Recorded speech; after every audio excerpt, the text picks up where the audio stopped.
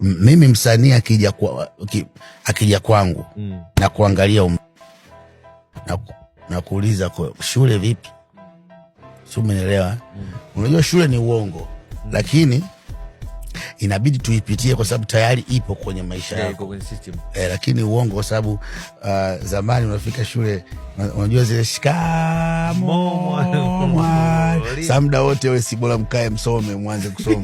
Unamsalimia mwalimu, asante, mjambo, tujambo, unajua, lakini system tayari iko hivyo. Kwa hiyo vijana wanachotakiwa kukifanya, wajue kama unataka mziki ni kitu kimoja ambacho kinaweza kikakuhamisha sehemu moja kwenda sehemu nyingine.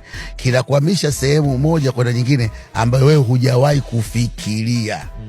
Si unanielewa? Yaani wewe hujawahi kufikiria kwamba kuna siku nitakaa ndani na wanawake 9 kitandani peke yangu, mimi na wanawake 9. Yaani hujawahi kufikiria hilo kwamba muziki na utaka sasa ishakuwa star. Zamani kwa sina demu, hawanielewi. Alafu kwa siku unaweza kukaa na wanawake 9 chumbani. 9 wote wanakutaka, alafu wewe sio wanakutaka tayari, wewe washakutaka mpaka umekaa nao sasa tayari washakutaka. Kwa hayo maisha sio ambayo sio maisha mazuri.